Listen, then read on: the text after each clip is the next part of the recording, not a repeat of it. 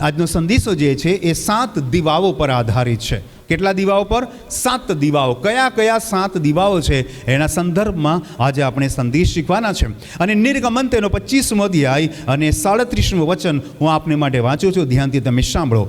વળી તેના તું 7 દીવા બનાવજે અને તેની આગળ અજવાળું આપવા સારું તેઓ દીવા સળગાવે. પહેલા જ વચન માટે આપણે ઈશ્વર પિતા, પુત્ર, પવિત્ર આત્માનો ધન્યવાદ કરીએ, તાળી પાડીએ, પરમેશ્વરને મહિમા આપીએ.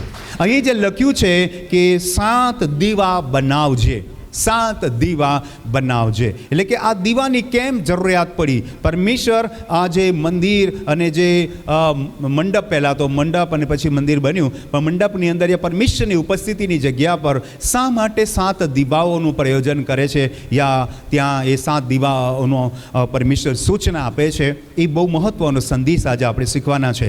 તે જમાનામાં પરમેશ્વરે મૂસાને આજ્ઞા આપી અને એમણે 7 દીવાઓનો પ્રબંધ કર્યો અને એ 7 દીવાઓ સળગાવવામાં આવ્યા. અને એ જ રીતે આજે આપણા જીવનમાં, આજના આધુનિક જમાનામાં, આપણા વ્યક્તિગત જીવનમાં 7 દીવાઓ સળગાવવાની જરૂર છે. હાલેલુયા. અને સાથે 7 દીવાઓનું મૂલ્ય યા એની વેલ્યુ યા એની યોગ્ય સમજ આજે આપણે લેવાની છે. તો હું તમને પહેલાં દીવા વિશે વ્યાખ્યા કરું વ્યાકરણની દ્રષ્ટિથી. દીવો એ ગુજરાતી શબ્દ છે. દીવો એ ગુજરાતી શબ્દ છે. કયો શબ્દ છે? ગુજરાતી ભાષાનો શબ્દ છે. સંસ્કૃતમાં એને દીપક કહેવામાં આવે છે અને હિન્દીમાં એને દિયા કહેવામાં આવે છે. દિયા. તો હિન્દીમાં એને દિયા, સંસ્કૃતમાં દીપક, ગુજરાતીમાં દીવો, અંગ્રેજીમાં લેમ્પ અને ગ્રીકમાં એને લેમ્પસ કહેવાય છે. બહુ ધ્યાનથી આજે સંદેશને આપણે થોડી ગહેરાઈથી સમજવાનો પ્રયત્ન કરીએ કે વાસ્તવમાં દીપકનો મતલબ શું છે અને એના પહેલાં પણ એક શબ્દ બને છે. દાખલા તરીકે જે કુંભાર છે એ માટીના અલગ અલગ પ્રકારના પાત્રો બનાવે છે, જેની અંદર માટલા હોય, પછી ચંબુ હોય, નાનકડું માથું હોય એને ચંબુ કહેવાય, મોટું માથું હોય તેને માટલું કહેવાય, પછી એથી મોટા સાધનો એ બનાવે છે. પણ એક નાનકડું એક કોળિયું બનાવે છે. હવે હું તમને આ 2 વસ્તુનો અર્થઘટન કરી બતાવું. હું તમને એક સવાલ પૂછવા માગું છું આ તકે કે મને તમારે જવાબ આપવાનો છે આ સવાલનો કે અજવાળું કોણ આપે છે? કોળિયું અજવાળું આપે છે યા દીવો અજવાળું આપે છે? ગુજરાતીમાં પૂછું છું એટલે અજવાળું કોણ આપે? કોળિયું અજવાળું આપે છે યા દીવો અજવાળું આપે છે? દીવો. કેમ કે કોળિયું જે છે એ ફક્ત એક પાત્ર છે, પણ એ પોતાની રીતે હવે કાંઈ અજવાળું નહીં આપી શકે. એમાં અજવાળાનું કોઈ મતલબ એ પદાર્થ નથી બીજો. એ કોળિયાની અંદર તેલ રેડવામાં આવે અને કોળિયાની અંદર યોગ્ય સ્થાને દિવેટ મૂકવામાં આવે. એટલું જ પૂરું નથી, હજી આપણે એને જ્યોત જલાવવી પડે અને એ દિવેટમાં જ્યારે જ્યોત લાગે એટલે કે અગ્નિ પ્રજ્વલિત થાય અને ત્યારે જે અજવાળું પ્રગટે ત્યારે એ કોળિયું શું બની જાય છે? દીવો બની જાય છે. હાલેલુયા. હું ને તમે માનવીય ધારાધોરણ પ્રમાણે માટીના પાત્રો છે, આપણે બધા જ કોળિયા છે. પણ આ કોળિયાને દીવો બનાવવાની જે પ્રોસેસ છે, દીવો બનાવવાની એટલે કે ઉપયોગી પાત્ર બનાવવાનું છે, એ હવે આપણે એ ઉપયોગી પાત્ર બનાવવાનું છે. દાખલા તરીકે કોળિયું જ્યારે કુંભારને ત્યાંથી બનીને એ આખા ઢગલામાં પડ્યું હોય તો એ કોઈને કંઈ કામ નથી આવવાનું. કુંભારે તો કેટલી મહેનત કરીને કોળિયું બનાવ્યું અને એને ઢગલા બંધ મૂકી દીધા અને હજી એનો ઉપયોગ નથી. હા, એ વેચવા માટે છે, હા એ એને બનાવેલી વસ્તુ પણ ઉપયોગી નથી હજી. જ્યાં સુધી એ વેચાશે નહીં ત્યાં સુધી એના પૈસા કુંભારને નહીં મળશે. વેચાયા પછી જે વ્યક્તિ એને લઈ જશે અને ઘરે મૂકી જશે તો પણ એની કોઈ વેલ્યુ નથી. પણ એ ઘરે લઈ ગયા પછી એની અંદર તેલ રેડશે, એની અંદર દિવેટ મૂકશે અને એને પ્રજ્વલિત કરશે, ત્યારે એનું અસ્તિત્વ બદલાઈ જશે અને કોળિયું દીવો યા દીપક યા લેમ્પ બની જશે. તાળી પાડી આપણે હાલેલુયા. પરમેશ્વરે તમને ને મને આ દુનિયામાં માટીના માણસ તરીકે, કોળિયા તરીકે મૂકેલા છે. પણ આપણે યોગ્ય વ્યક્તિના હાથમાં એટલે કે યોગ્ય પરમેશ્વરના હાથમાં પાત્ર નહીં આપીશું તો આ દુનિયામાં આપણે કોળિયું બનીને આવ્યા અને માટીમાંથી જન્મ્યા અને માટીમાં મળી જવાના કોઈ મતલબ નથી. આ દુનિયાના ઢગલામાં જેમ કોળિયો પડ્યો છે અને એમને એમ જ એ કદાચ ખરાબ થઈ જશે, એનો કોઈ ઇસ્તેમાલ નહીં કરશે તો એ કોળિયું ક્યારેય દીવો નહીં બનશે. તે જ રીતે હું અને તમે માનવીય રીતે માતાના ઉદરથી જન્મ લીધો છે અને ધરતીના ખોળામાં આપણે પાછા સમાઈ જઈશું. માટીથી આવ્યા છે ને માટીમાં જતા રહીશું. એ કોળિયા જેવું જીવન નકામું જીવન છે. It's a so important message. આ બહુ મહત્વનો સંદેશો છે કે તમારા અને મારા જીવનને ઉપયોગી બનાવીએ. બધા બોલો હાલેલુયા. કોળિયું કોઈ મહત્વનું નથી. હા, કોળિયુંને કોઈએ બહુ જ જહેમતથી, મહેનતથી અને એણે કેટલા સમય લગાવીને પોતાની કલાથી એણે બનાવ્યું તો છે, પણ એ કોળિયું હજી દીપક નથી બન્યું.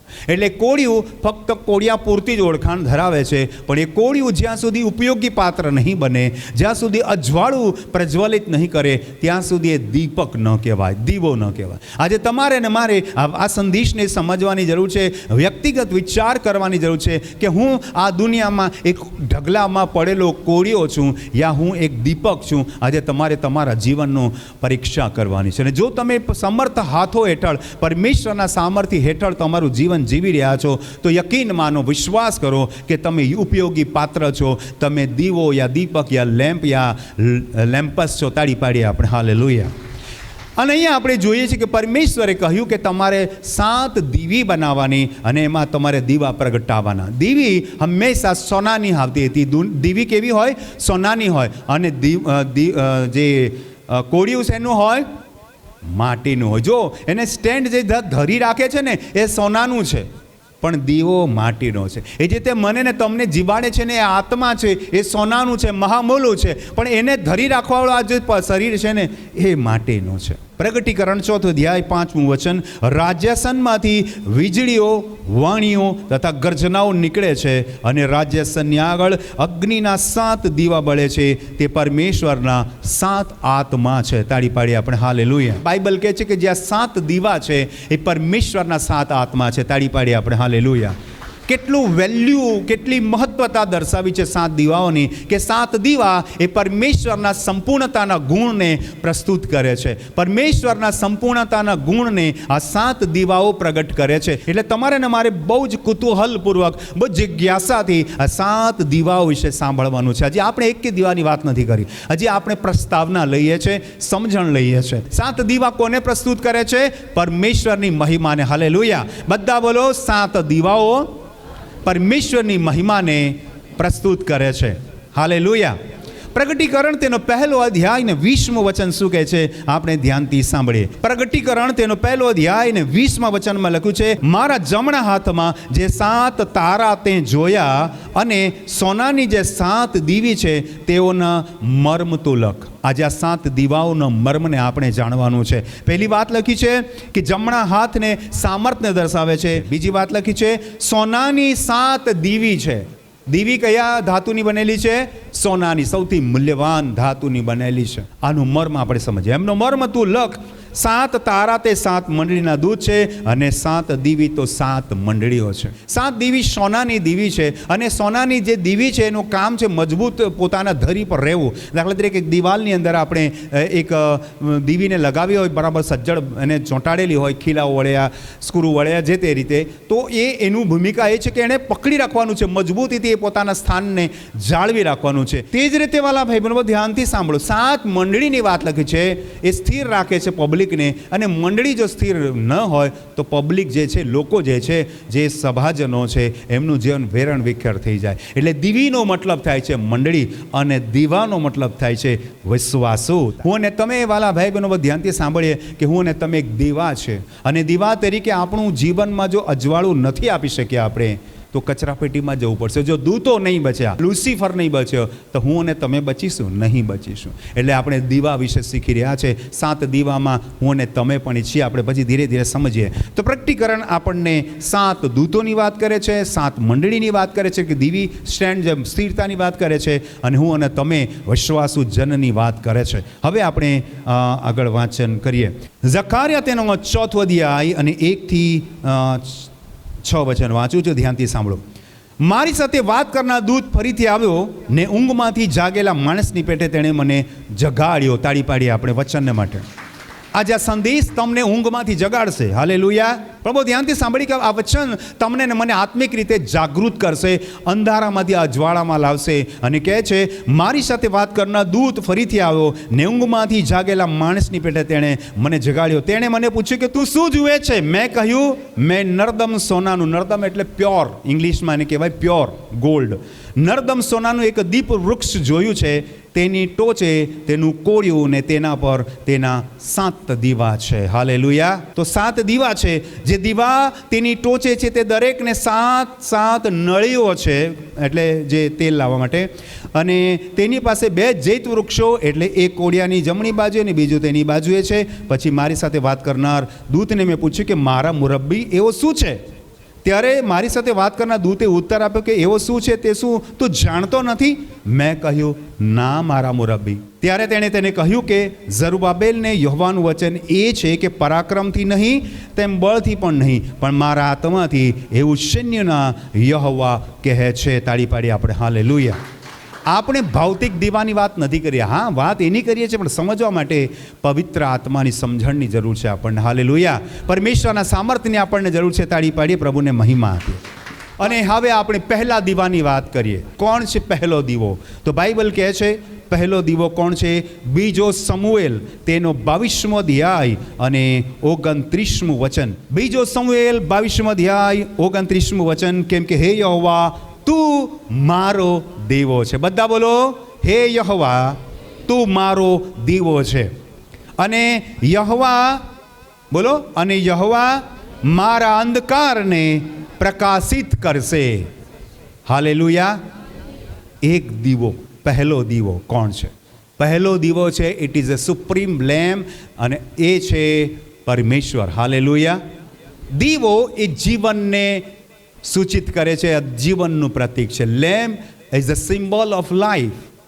દીવો એ જીવનનું પ્રતીક છે. બધા બોલો, દીવો એ જીવનનું પ્રતીક છે. અને આ ધરતી, આ બ્રહ્માંડ, આ સમગ્ર સૃષ્ટિનું જીવન કોણ છે?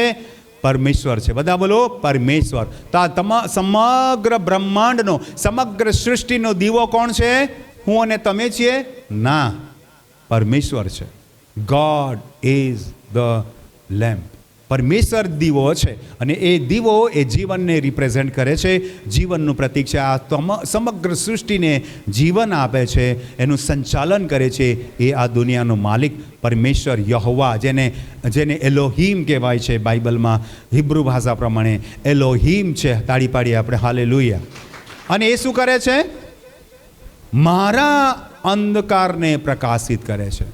જો પરમેશ્વરને તમે માનતા હોય, પરમેશ્વર પર તમે ભરોસો કરતા હોય, તો તમે આ ઉદ્ગાર અને આ એકરાર કરી શકો છો કે પરમેશ્વર મારો દીવો છે. બધા બોલો, પરમેશ્વર મારો દીવો છે, તે મારા અંધકારને પ્રકાશિત કરે છે. તાળી પાડીએ આપણે હાલેલુયા.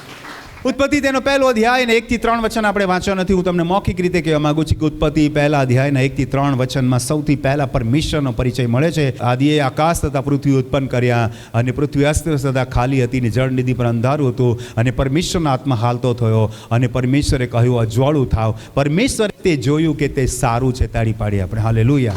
સૃષ્ટિના આરંભમાં પણ તમે જુઓ, સૃષ્ટિના એટલે કે પૃથ્વીના રિસ્ટોરેશનમાં પણ તમે જુઓ, તો ત્યાં તમને અજવાળાનું પ્રતીક જીવન મળે છે. વ્યવસ્થાનું પ્રતીક જીવન મળે છે. જીવનને ફરીથી રિસ્ટોર કરવાનું જીવન મળે છે. અને એ છે પરમેશ્વર, જે તમામ સૃષ્ટિનો એ દીવો છે. યોહાની લખેલી સુવાર્તા તેનો પહેલો અધ્યાય અને 3 થી 4 વચન શું કહે છે?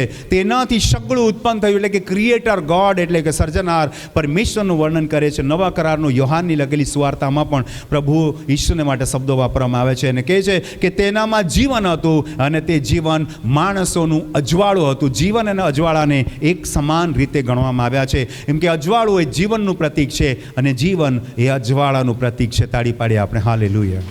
તો તમે મને કહો કે 7 દીવામાં પહેલો દીવો કોણ? પરમેશ્વર. તાળી પાડીએ આપણે હાલેલુયા. યોહાને લખેલી સુવાર્તા 8મો અધ્યાય 12મા વચનમાં પ્રભુ ઈસુ કહે છે, ઈસુએ ફરી તેઓને કહ્યું કે જગતનું અજવાળું હું છું. જે મારી પાછળ આવે છે તે અંધકારમાં નહીં ચાલશે, પણ જીવનનું અજવાળું પામશે. તો પ્રભુ ઈસુ પોતાની જાતને શું બતાવે છે? દીવા તરીકે, અજવાળા તરીકે, અનંત અજવાળા તરીકે, પરમેશ્વર તરીકે, જીવનના સોર્સ તરીકે અહીંયા રિપ્રેઝેન્ટ કરે છે. તાળી પાડીએ પ્રભુ ઈસુને માટે.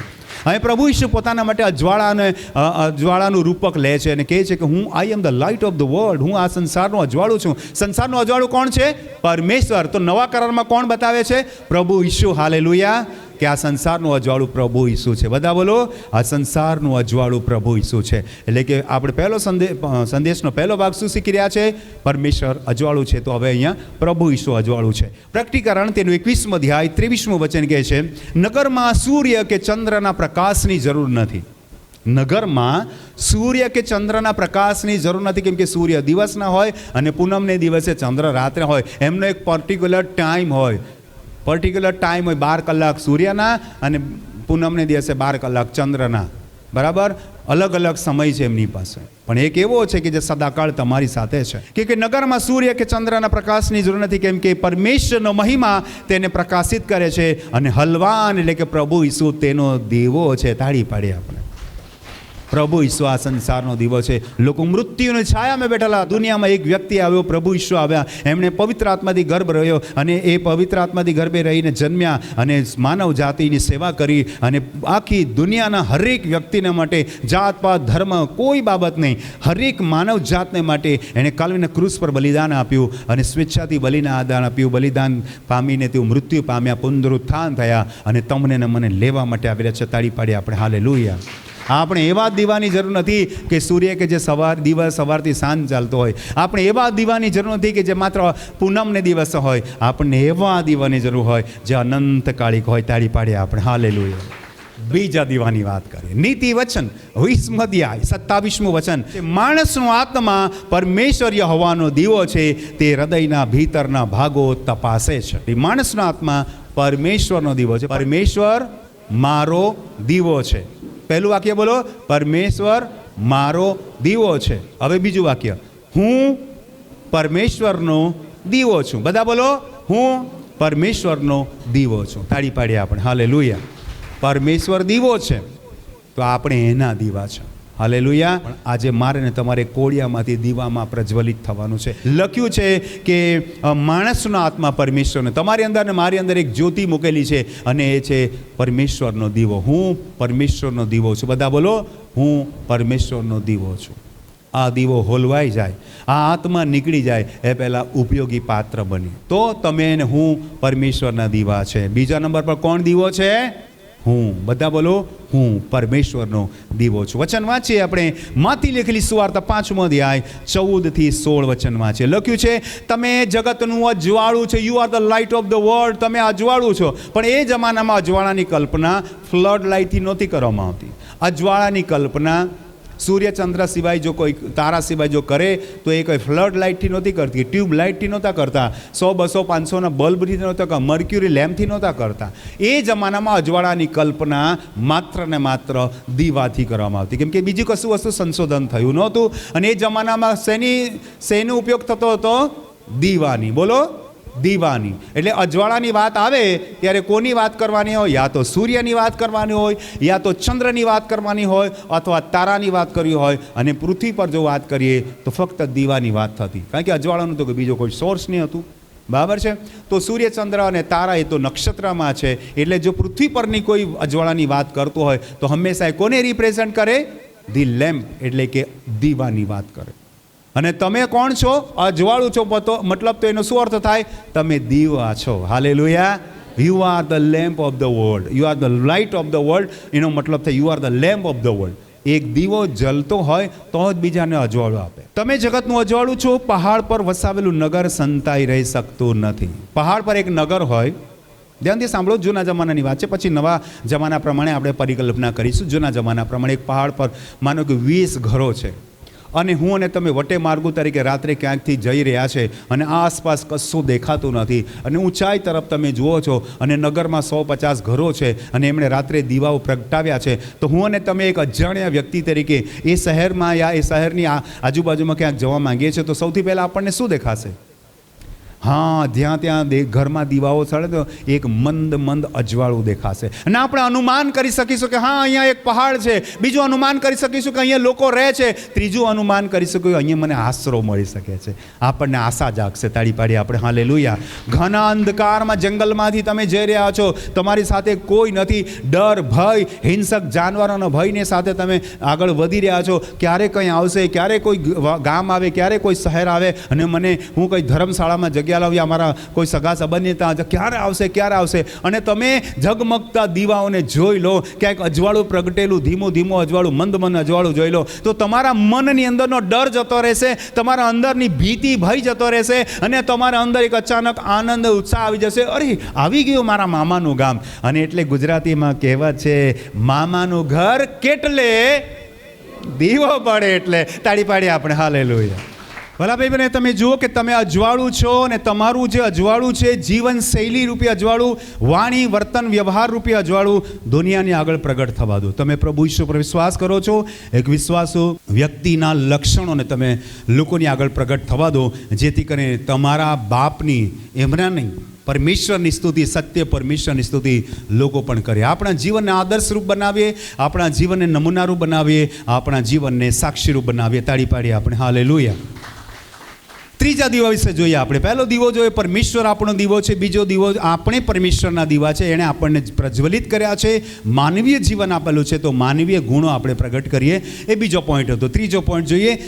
ત્રીજા પોઈન્ટ માટે લૂકને લખેલી સુવાર્તા 15મો અધ્યાય 8થી આગળ વચન વાંચું છું. અથવા કઈ સ્ત્રી એવી હોય કે જો તેની પાસે 10 અધેલી હોય અને તેઓમાંની એક અધેલી ખોવાઈ જાય, તો તે દીવો કરીને ઘર નહીં વાળે અને જડે ત્યાં લગી તેની શોધ સારી પેઠે નહીં કરે.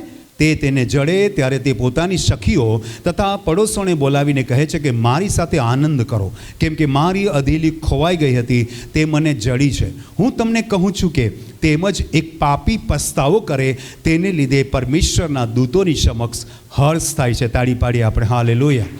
બહુ ધ્યાનથી સાંભળીએ. ત્રીજો દીવો શેનો છે?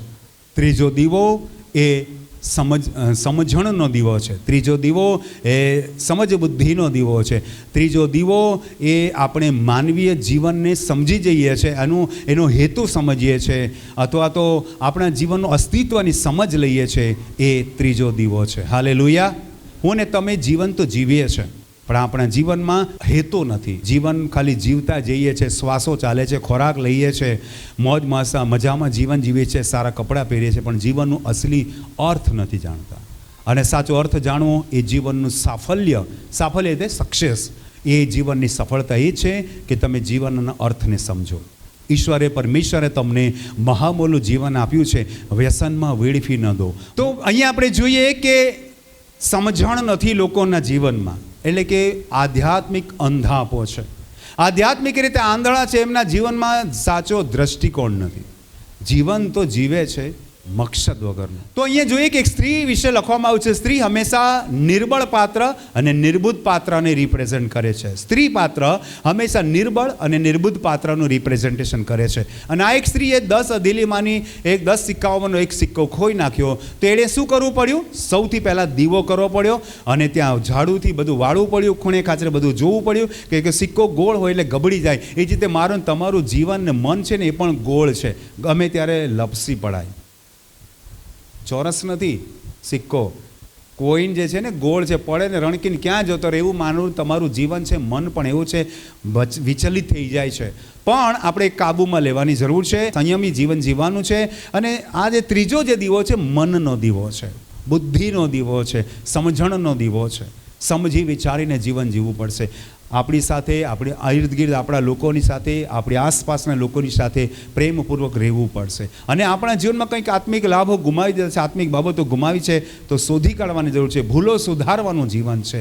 એટલે એ જે જીવન છે, એ જે દીવો છે, એ બુદ્ધિ અને જ્ઞાનનો દીવો છે. તાળી પાડીએ આપણે હાલેલુયા. અને બાઈ એવું જ કર્યું કે દીવો સળગાવ વાળ્યું, અને સિક્કો જે પાછો મળી ગયો, એની બહેનપણીને બોલાવીને ઉજાણી કરી, અરે મારો મહામૂલો સિક્કો ખોવાઈ ગયો હતો, મળી ગયો, ચાલો ચાલો આજે આપણા જીવનનો આનંદ આપણે માણવાનો છે. અને એ જ્યારે તમે સારું ને સૌમ્ય અને પ્રામાણિક જીવન જીવશો, તો તમે જ ને તમારા અડોસપડોસના લોકો સુખી અને આનંદિત નહીં રહેશે, પણ બાઇબલ કહે છે આકાશમાં દૂતો પણ આનંદ કરશે. તાળી પાડી આપણે હાલેલુયા. જો તમારું આધ્યાત્મિક જીવન સારું રહેશે, વ્યવહારિક જીવન સારું રહેશે, વાણી દ્વારા જીવન સારું રહેશે, વર્તન દ્વારા જીવન સારું રહેશે, તો તમે ખુશ રહેશો, તમારું કુટુંબ ખુશ રહેશે, તમારા ઇર્દ ગિર્દના લોકો ખુશ રહેશે, તમારા મંડળી સમાજના લોકો ખુશ રહેશે, અને સાથે સાથે પરમેશ્વરના દૂતો પણ આનંદ કરશે કે આ પ્રભુનો વિશ્વાસુ કેટલું સારું જીવન જીવે છે. તાળી પાડીએ આપણે હાલેલુયા. બધા બોલો હાલેલુયા. અને એટલા માટે લુક 12મો અધ્યાય 35મા વચનમાં લખ્યું છે કે તમારી કમરો બાંધેલી તથા તમારા દીવા સળગેલા રાખો. દીવા સળગેલા એટલે કયા? આ દીવાની વાત નથી કરતા, મનના દીવાની વાત કરે છે. હાલેલુયા. આપણા દીવામાં હંમેશા તેલ હોવું જોઈએ, સામર્થ હોવું જોઈએ, સમજ હોવું જોઈએ, બુદ્ધિ હોવું જોઈએ, પ્રેમ હોવું જોઈએ, સહાનુભૂતિ હોવું જોઈએ, ક્ષમા હોવું જોઈએ. આ માનવીય જે મૂલ્ય છે ને એ મૂલ્ય આપણા જીવનમાં ઉજાગર થયેલા જોઈએ. 3 પ્રકારના દીવા જોયા. ચોથા દીવા વિશે જોઈએ આપણે. ચોથો દીવો છે માથી લખેલી સુવાર્તા 6 અધ્યાય 22મું વચન. શરીરનો દીવો તે આંખ છે, એ માટે જો તારી આંખ નિર્મળ હોય તો તારું આખું શરીર પ્રકાશે ભરેલું છે. હાલેલુયા. બધા બોલો હાલેલુયા. ચોથો જે દીવો છે એ તમારી દ્રષ્ટિકોણનો દીવો છે, જેને કહેવાય અંગ્રેજીમાં વ્યૂ ઓફ એંગલ અથવા તો દ્રષ્ટિકોણ. તમારો નજરિયો, જીવન જીવવા પ્રત્યેનો નજરિયો. એક દારૂડિયા વ્યક્તિને પૂછે કે ભાઈ જીવનની વ્યાખ્યા કર. ખાઓ પીઓ મજા કરો એ જિંદગી છે, એક જ તો જિંદગી છે યાર, ખાવા પીને મજા. તો તમે જીવનનો નજરિયો એને પૂછશો ને તો કહેશે ખાઓ પીઓ મજા કરો. એના નજરિયો, એનો દ્રષ્ટિકોણ જીવન પ્રત્યે આ છે. એક સાધુ સંતને પૂછશો કે મહારાજ જીવન વિશે તમારું શું કહેવું છે? કહેશે જીવન પછીનું પણ એક જીવન છે. ભાઈ આ જીવનમાં શું છે? મોહ માયા છે. જીવન તો માયા હે આજ કાયા હે કલ ધૂલ હે ક્યાં હે માયા હે. તો એનો દ્રષ્ટિકોણ એવો રહેશે. તમે જે પ્રકારનું જીવન જીવો છો ને, તમે જીવનને એવી રીતે મૂલાવશો, એવી રીતે એનું આકલન કરશો, એવી રીતે એને તમે સમજશો અને સમજાવશો. એક દારૂડિયાને જીવન વિશે તમે જેટલું પૂછો ને જેટલું કહો, એને માત્ર દારૂની પોટલી દેખાય. કેમ કે જીવન તેને સાંજે 5-6 વાગ્યા પછી જીવનનો અસલી અર્થ ત્યાં જ ખબર પડે. પણ તમને ને મને પૂછે તો આપણે પણ બચી જઈએ ને બીજાને પણ બચાવીએ. તાળી પાડીએ આપણે હાલેલુયા.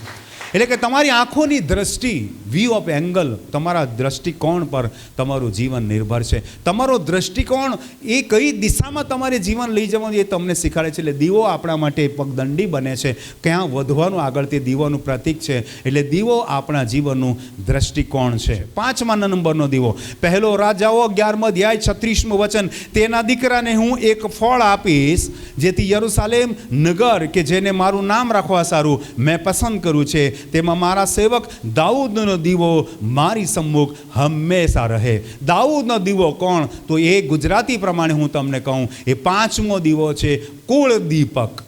કયો દીપક?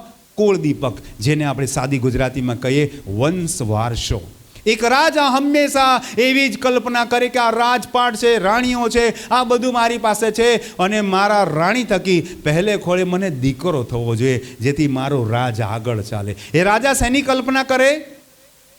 કુળદીપકની. 5મું જે દીપક છે કુળદીપક. કુળદીપકને તમારા સંતાનને તમે કેવી કેળવણી આપો છો એ પ્રમાણે તમારો આગળનો વંશ વેલો ચાલશે. તમે જો આત્મિક સમજણમાં સારા ચાલશો, જે રીતે ચોથા મુદ્દામાં જોયું, અને તમે તમારા બાળકોને સારો સંસ્કાર આપશો તો સ્વાભાવિક છે તમારા બાળકો સારા સંસ્કારમાં મોટા થશે અને તમારી આગલી પેઢી સારી બનશે. પણ તમે દારૂમાં, વ્યસનમાં, વ્યભિચારમાં, પાપમાં, મૂર્તિ પૂજામાં, બેકાર જીવનમાં જીવશો તો એ જોઈને તમારા બાળકો એવા જ થવાના અને તમારા બાળકો પાસે તમે સારી અપેક્ષા નહીં કરી શકો. એટલે 5મો જે દીવો છે એ વંશને દર્શાવે છે. તમારો વંશમાં એ પ્રજ્વલિત રહેવું જોઈએ, એ જે તમારા સંસ્કાર આગળ વધવા જોઈએ. એટલે 5મો દીવો કયો છે? વંશનો. 6થો દીવો શું છે? 6થો દીવો એ સદગુણોનો દીવો છે. કયો દીવો છે? સદગુણોનો. જોઈએ આપણે. નીતિવચન 31મા અધ્યાય 10મા વચનમાં કહ્યું, સદગુણી સ્ત્રી કોને મળે? કેમ કે તેનું મૂલ્ય તો રત્નો કરતાં પણ અતિ ઘણું વધારે છે. આજે આ જીવનમાં સૌથી મહામૂલું જો કંઈ છે ને એ તમારો ચહેરો નથી, તમારા કપડાં નથી, તમારું ભણતર નથી, તમારું હોદ્દો નથી, તમારો અધિકાર નથી, તમારા સંસ્કાર છે. તાળી પાડીએ આપણે હાલેલુયા. આજે આપણા સંતાનોમાં, આપણા બાળકોમાં, આપણી પેઢીમાં સંસ્કારનું સિંચન કરવાની જરૂર છે. આજે સંસ્કારથી વંઠી રહ્યા છે. જુવાન છોકરાઓ આખી રાત ભમતા હોય છે, દારૂ પીતા હોય છે, વ્યસનમાં હોય છે, ગુટકાના સેવનમાં, અને હવે મેટ્રો સિટીની, આ મોટા સિટીની વાત કરે, ડ્રગ એડિક્ટેડ થઈ ગયા છે. તમે નોકરી ધંધો છોડીને છોકરાઓને એની કંઈ પડી નથી, રાત દિવસ પોતાનું જીવન બરબાદી તરફ લઈ ગયા છે. સંસ્કારનો દીવો આજે ઓલવાઈ રહ્યો છે. જે પહેલેથી જે સારા સંસ્કારો અને સારા સદગુણો આપણા મા બાપ આપણને આપતા હતા, હવે આધુનિક જમાનામાં બહુ ખરાબ મીડિયા, બહુ ખરાબ માધ્યમ, બહુ ખરાબ ઇન્ટરનેટ અને બહુ ખરાબ સંગતિ છે, જેને કારણે સંસ્કારો સમાપ્ત થઈ રહ્યા છે.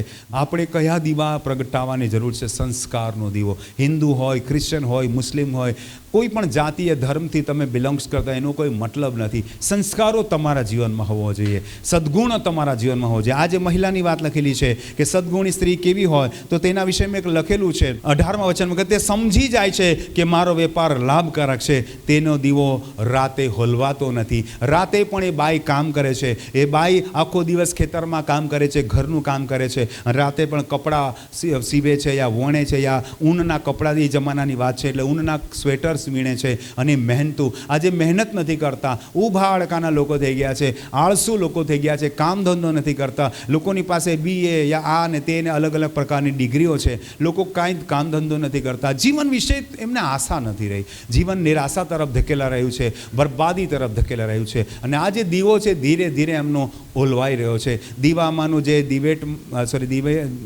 કોળિયામાંનું તેલ ઓછું થઈ રહ્યું છે, હવે એ તેલ પૂરું થઈ જશે, જીવન સમાપ્ત થઈ જશે. એ જ રીતે આજે જુવાન લોકો બેફામ જિંદગી જીવી રહ્યા છે. અને એટલા માટે હું તમને કહું છું કે મહેનતુ જીવન જીવો, મકસદવાળું જીવન જીવો, હેતુપૂર્ણ તમે જીવન જીવો, એવું આપણા જીવનને બનાવવાની જરૂર છે. 7મા દીવાની વાત કરીએ, આપણે અંતિમ દીવાની વાત કરીએ. યોહાને લખેલી સુવાર્તા તેનો 5મો અધ્યાય 33 અને 35 વચન વાંચીને આજના સંદેશને આપણે સમાપ્ત કરીશું. 33મું વચન કહે છે, તમે યોહાન પાસે માણસ મોકલ્યા, તમને તેણે સત્ય વિશે શાહેદી આપી. આજે દુનિયા તમને જોઈ રહી છે. People are watching you. People are watching you. તમે કેવું જીવન જીવો છો, કેવા કપડાં પહેરો છો, કેવી ગાડીમાં ફરો છો, કેવી ભાષા બોલો છો, કેવા લોકોને મળો છો, એ બધું જ લોકો ઓબ્ઝર્વ કરે છે. તમારા સારા ગુણો કોઈને ગમતા નથી, પણ તમે જ્યાં ભૂલ કરો છો લોકો છડે ચોક તમારી ભૂલને રજૂઆત કરે છે કે આ તો આવો છે, આ તો આવી છે. લોકો પીપલ આર વોચિંગ યુ. તમને લોકો જોઈ રહ્યા છે and people are observe you. તમારું એ લોકો નિરખી રહ્યા છે, તમને તમારા વિરુદ્ધમાં ભૂલો શોધી રહ્યા છે. આજે ભલાઈ શોધવાનો કોઈનામાં ગુણ નથી, લોકો બસ બીજામાં દોષ શોધવાનું કામ કરી રહ્યા છે. અને આવા દુનિયામાં જીવવું એક કઠણ જીવન છે. પણ યાદ રાખો, આવા ક્રૂર દુનિયામાં પણ આપણા કેરેક્ટરને દીપની જેમ જલાવવાનું છે. સેંકડો દીવા હોય પણ એમાં એક જ દીવો સળગતો હોય તો 99 તરફ કોઈનું ધ્યાન નહીં જશે, પણ એક સળગતા દીવા તરફ બધાનું ધ્યાન થશે. એ 99ને લોકો છોડશે, પણ એક દીવો જે અજવાળો આપે છે ને એના તરફ લોકોનું દ્રષ્ટિ કરશે. તમારા તરફ લોકો જોઈ રહ્યા છે. તમારા જીવના વચન, પ્રાર્થના અને વિશ્વાસ તમારે પ્રજ્વલિત કરવાની જરૂર છે. પ્રેમ ભાવ, ક્ષમા ભાવ, દયા ભાવ પ્રજ્વલિત કરવાની જરૂર છે. અને 35મું વચન એક વ્યક્તિના જીવનની સાક્ષી ખુદ પ્રભુ ઈસુ આપે છે. 35મું વચન કહે છે, અને તે સળગતો તથા પ્રકાશતો દીવો હતો, તે સળગતો તથા પ્રકાશતો દીવો હતો, તેના અજવાળામાં ઘડીભર આનંદ કરવાને તમે રાજી હતા. પ્રભુ ઈસુ યોહાન બાપ્તિસ્માના જીવન ચરિત્રની વાત કરે, સાક્ષી આપે છે કે તમે એ વ્યક્તિની પાસે શા માટે જતા હતા, યર્દન નદીમાં ડૂબકી મારવા શા માટે જતા હતા, શા માટે બાપ્તિસ્મા લેવા માટે? કેમ કે તમે પાપોનો પસ્તાવો કરવા માંગતા હતા, તમે પાપોના પસ્તાવા કરીને બચવા માંગતા હતા, તમે મોક્ષ મુક્તિ ઉદ્ધારને માટે એ જળ સ્નાન કરવા માંગતા, તમે જીવન પ્રત્યે આતુર હતા, જીવન હાસિલ કરવા માટે આતુર હતા, મોક્ષ મુક્તિ ઉદ્ધાર માટે આતુર હતા. જે રીતે તમે યોહાન પાસે જતા હતા, યોહાન એક આઇડલ લાઈફ એટલે કે આદર્શ જીવન જીવ્યો અને લોકોને પ્રભુ પાસે લાવવાનું કામ કર્યું. અને એ જમાનામાં પાપી, ક્રૂર અને ઘાતકી રાજકીય લોકો હતા, દાણી જેવા, પરોસી જેવા અને પોલીસવાળા જે હતા, એ લાંચ લેવાવાળા, એ દુનિયામાં એક સારો દીપક બનીને પ્રજ્વલિત થયો. એ રીતે આ માફિયાઓની દુનિયામાં, પાપી દુનિયામાં, ધર્મના નામે લડતી દુનિયામાં, વેર અને વાસનાઓના દુનિયામાં તમારે ને મારે એક દીપક બનીને પ્રજ્વલિત થવાનું છે. Hallelujah, hallelujah. આ જે 7મો દીવો છે એ તમારી સાક્ષીનો દીવો છે. કયો દીવો છે? તમારી સાક્ષીનો દીવો છે, તમારી ગવાહીનો દીવો છે. તમારી જીવનને લોકોની આગળ એવી રીતે પ્રકાશવા દો કે એ જોઈને, એ જીવન ચરિત્ર જોઈને વિદેશી લોકો પણ તમારા પરમેશ્વરની સ્તુતિ કરે. તમારા દીવાને સળગતો રાખો. બીજાએ જે કરવું હોય તે તેમ કરો, જ્યાં જવું હોય તેમ સારું જીવન જીવીએ, આદર્શ જીવન જીવીએ, નમૂનેદાર જીવન જીવીએ. 7મો દીવો તમારા જીવન ચરિત્રનો દીવો છે. 7મો દીવો તમારા ગવાહી, તમારી ગવાહીરૂપ જીવન, નમૂનારૂપ જીવન, જેને શું કહેવાય, આઇડલ લાઈફ છે તમારી. લોકોમાં તમારા જીવનને એક આદર્શ બનાવો. 7 દીવાને જોયા. પહેલો દીવો પરમેશ્વર છે. બધા બોલો, પહેલો દીવો પરમેશ્વર છે. બીજો દીવો એ આપણે છે. બીજો દીવો કોણ છે? આપણે આપણું જીવન છે. ત્રીજો દીવો એ જ્ઞાન અને સમજનો દીવો છે. ચોથો દીવો એ દ્રષ્ટિકોણ, જીવન પ્રત્યેનો દ્રષ્ટિકોણનો દીવો છે. પાંચમો દીવો એ આપણા વંશ અને આપણા સંસ્કારોનો દીવો છે. સાતમો દીવો એ આપણા જીવનશૈલી યા મહેનતુ જીવનનો દીવો છે. અને છઠ્ઠો દીવો આપણે જીવનનો સંઘર્ષ અને મહેનતનો દીવો છે. અને સાતમો દીવો આપણા જીવનનો આદર્શ જીવનનો યા સાક્ષીરૂપ યા નમૂનેદાર જીવનનો દીવો છે. સાતે સાત દીવા તમારા જીવનમાં સળગતા હોવો જોઈએ. તાળી પાડીએ, પ્રભુ ઈશ્વરને મહિમા આપીએ. આજના સંદેશ દ્વારા પ્રભુ તમારા જીવનમાં સતત દીવો, જ્ઞાન, બુદ્ધિ, સમજણ આપતા રહે, એ જ મનોકામના સાથે આ સંદેશ સમાપ્ત કરે છે. તાળી પાડીએ, પ્રભુને મહિમા આપીએ.